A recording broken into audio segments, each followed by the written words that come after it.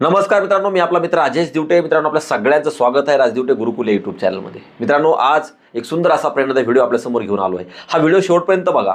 होय मित्रांनो, ह्या व्हिडिओमधून तुम्हाला खूप सारी प्रेरणा मिळणार आहे. मित्रांनो, अशा एका जिद्द आणि चिकाटी असणाऱ्या एका विद्यार्थिनीचा व्हिडिओ आपल्यासमोर घेऊन आलो आहे. आपल्या आजच्या या कथेची नायिका आहे, आजच्या या व्हिडिओची नायिका आहे माला पापळकर.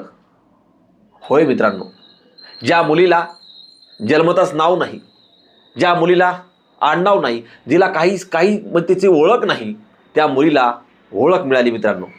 आणि तीच मुलगी MPSC परीक्षा पास होऊन एक चांगली अधिकारी होते. महाराष्ट्र शासनाच्या टंकलेखन लिपिक या पदावरती पोहोचते. अशी MPSCमध्ये यश मिळवलेली माला पापळकर नावाच्या विद्यार्थिनीचा आज व्हिडिओ आपल्यासमोर घेऊन आलो आहे. मित्रांनो, माला पापळकर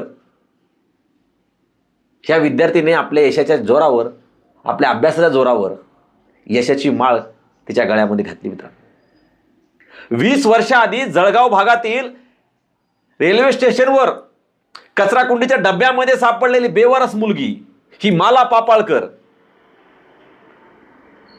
जेव्हा पोलिसांच्या हाती लागली, तेव्हा पोलिसांनी यवतमाळ भागातील एका दिव्यांग बाल सुधारगृहामध्ये ह्या मुलीला नेऊन सोडलं.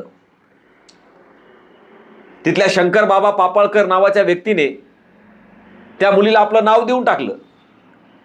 त्या नावाने त्या मुलीचं त्या ठिकाणी बारस झालं. तिचं नाव ठेवलं माला आणि आडनाव त्या संचालकांनी, त्या तिथल्या संस्थापकांनी त्या मुलीला स्वतःचं देऊन टाकलं.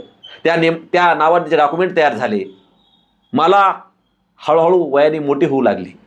जवळच्या शाळेत तिला घालण्यात आलं. पण बाबांनो, अजून एक गोष्ट तुम्हाला सांगतो मालाची. माला अत्यंत जिद्दी होती, परंतु तिचं दुर्भाग्य असं होतं की ती जन्मताच दोन्ही डोळ्यानं दिव्यांग होती, अंध होती मित्रांनो. यश कोणालाही सहज मिळत नाही, त्यासाठी जीवाची पराकाष्ठा करावी लागते. आणि मित्रांनो, ह्या मुलीने सुद्धा जीवाची पराकाष्ठा करून अभ्यास केला, मेहनत घेतली. जवळच्या शाळेमध्ये 10वी परीक्षा पास झाली, चांगल्या मार्काने परीक्षा पास झाली. नंतर उच्च माध्यमिक शिक्षण घेतलं. महाविद्यालय जीवनात देखील तिने यशस्वीपणे पुढील एक्झाम पास झाली, ग्रॅज्युएट पूर्ण झाली. आणि मित्रांनो, मालाला व्हायचं होतं एक चांगली अधिकारी, आणि तिनं स्पर्धा परीक्षेची तयारी चालू केली. मित्रांनो, अंध मुलांची एक वेगळी लिपी असते आणि त्या लिपीच्या माध्यमातून ती अभ्यास करायची.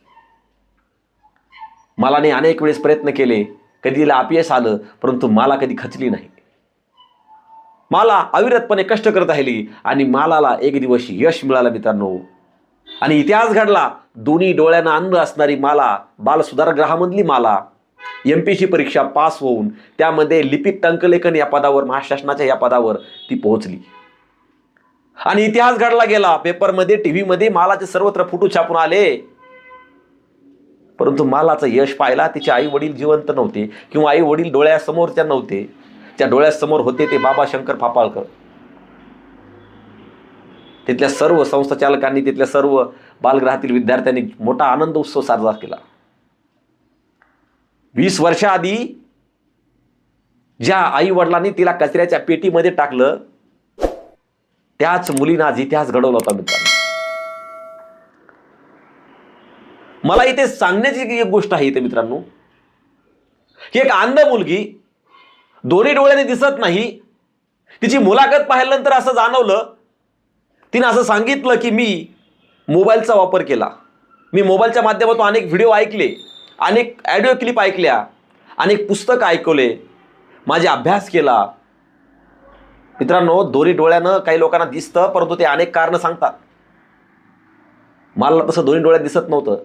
आपल्याला हवं ते पुस्तक आपण उचलून आणून अभ्यास करू शकतो, पण मला तसं नव्हतं करू शकत, कारण मला समोर प्रश्न मोठा गंभीर होता, कारण तिला दोन्ही डोळ्यात दिसत नव्हतं मित्रांनो. परंतु म्हणतात ना, ज्याला यश गवसायचं असतं, ज्याला मोठं व्हायचं असतं, तो कधीच कारणं सांगत नाहीत. आणि कारणं सांगणारे माणसं कधी जीवनात मोठं होत नाहीत मित्रांनो. आणि मित्रांनो, मालांनी कधी कारणं सांगितलं नाही, आणि माला आज जीवनामध्ये यशस्वी झाली, एक अधिकारी झाली. आज आपण अशा अनेक मुलींची उदाहरणं पाहतो की सर, आमची परिस्थिती नव्हती, आमचे आई वडील शेतात काम करतात, आम्ही आमचे आई वडील मजुरी करतात, मला गरिबी असल्यामुळे शिकता नाही आलं, अमुक तमुक असे अनेक कारणं आजच्या मुली देतात. मला त्या सर्व मुलींना सांगायचं आहे की तुम्ही एक वेळ जा, बघा, युट्यूबच्या माध्यमातून पहा किंवा तुम्ही बघा, मालाचं उदाहरण बघा. अहो, ज्या मुलीला दोन्ही डोळ्यात दिसत नाही ती मुलगी आपल्या मेहनतीच्या जोरावर, अभ्यासाच्या जोरावर आज एमपीएससी परीक्षा पास होते. तर तुम्ही काही करू शकता मित्रांनो. तुम्हाला 2 डोळे आहेत, तुम्हाला 2 हातपाय आहेत, तुम्ही चांगलं बघू शकता, तुम्ही चांगलं वाचू शकता, तुम्ही चांगलं पाहू शकता.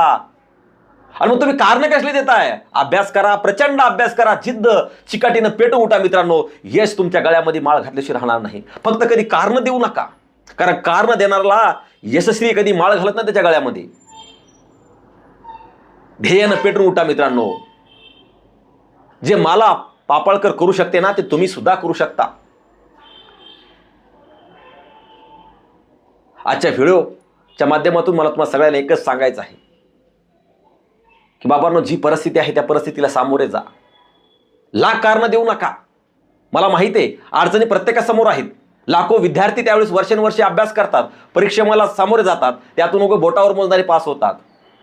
परंतु बोटावर मोजणारे विद्यार्थी मित्रांनो सातत्याने अभ्यास करत असतात. मी मालाची गोष्ट ज्यावेळेस वाचत होतो त्यावेळेस मालाने सांगितलं की रोज मी 10 घंटे अभ्यास करायचे. एक अंध मुलगी 10 तास अभ्यास करायची मित्रांनो. मग तिचा अभ्यासाचे प्रकार वेगळे होते. ती कधी ऑडिओ क्लिप ऐकायची कारण तिला ऐकावं बरंच लागलं. डोळ्यात दिसत नव्हतं ना. परंतु आज टंकलेखन या पदावर, महाराष्ट्र शासनाच्या या मोठ्या पदावर ती आज पोहोचली. मित्रांनो, हा मालाचा व्हिडिओ तुम्हाला कसा वाटला हा मला कमेंट करून तुम्ही नक्की सांगा. आणि अजून असे काही व्हिडिओ हवे असेल तर मला नक्की टाईप करून सांगा. मी तुम्हाला पुढचे व्हिडिओ देखील घेऊन येणार आहे.